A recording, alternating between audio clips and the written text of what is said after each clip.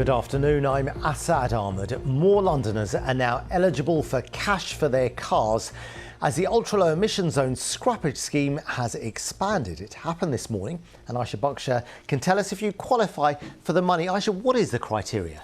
Well, Asad, at the end of August next month, the ultra-low emission zone will be expanded and it will cost £12.50 a day to drive your car or motorbike if it's not compliant. It is, of course, still highly contentious and has become very political. Just before the weekend, the High Court ruled the expansion to be lawful following a challenge from 5 Conservative-led councils, and so far there's no sign of an appeal. Now, on the TfL website, you can check if your vehicle is compliant by putting in your vehicle registration details.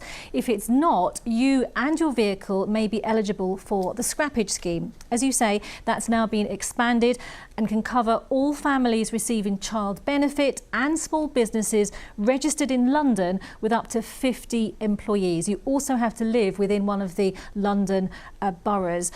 You may get a couple of £1,000, and if you're a charity and a small business, you may be able to scrap your van or minibus.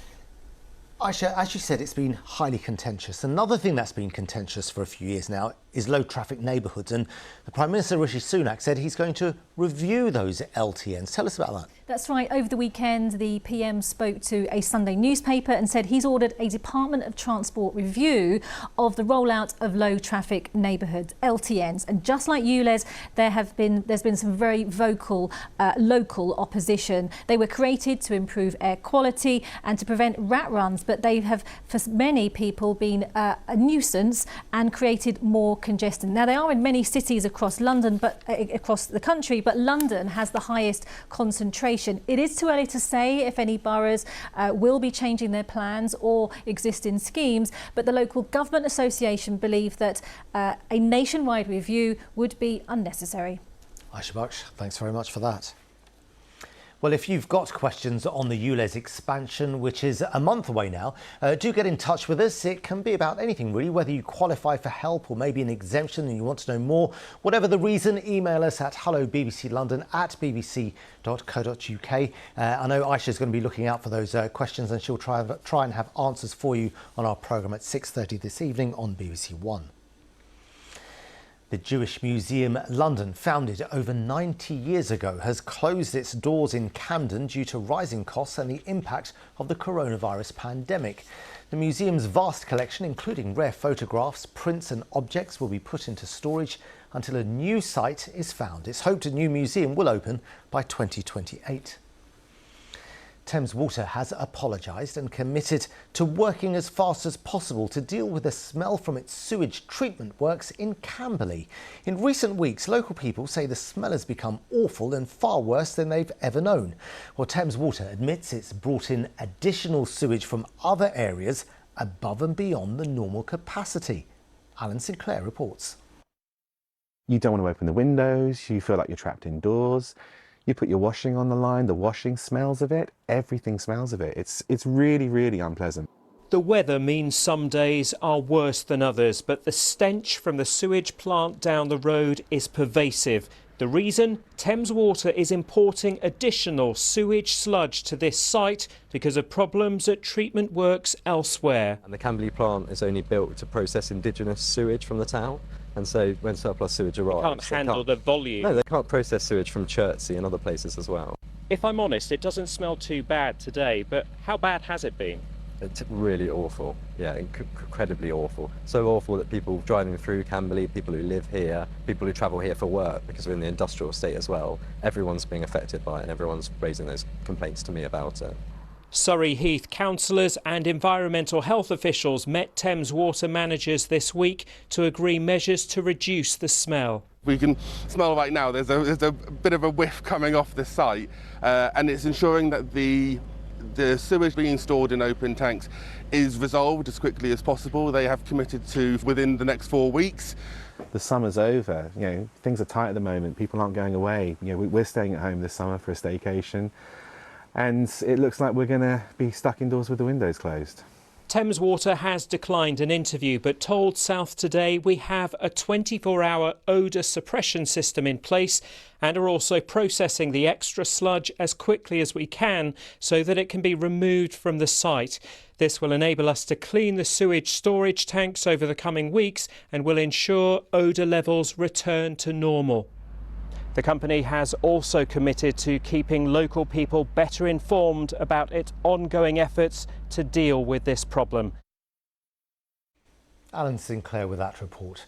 Now, with its spectacular vantage point of the River Thames, Battersea Park's Peace Pagoda has stood for nearly 40 years. It was presented to Londoners by the founder of the Japanese Buddhist movement, who was affectionately known as Guruji. And in the time it's been in Battersea, there's only been one man in charge. Harry Lowe has been speaking to him.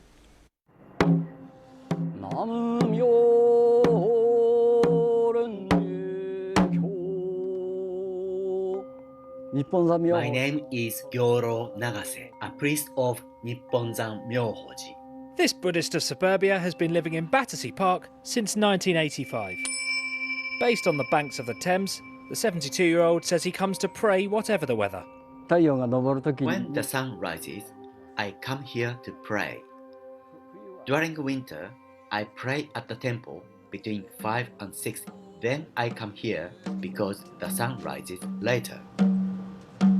The London Peace Pagoda is mostly made of concrete, with black wooden beams for a roof, which cover 4 gold statues of Buddha showing different stages of his life.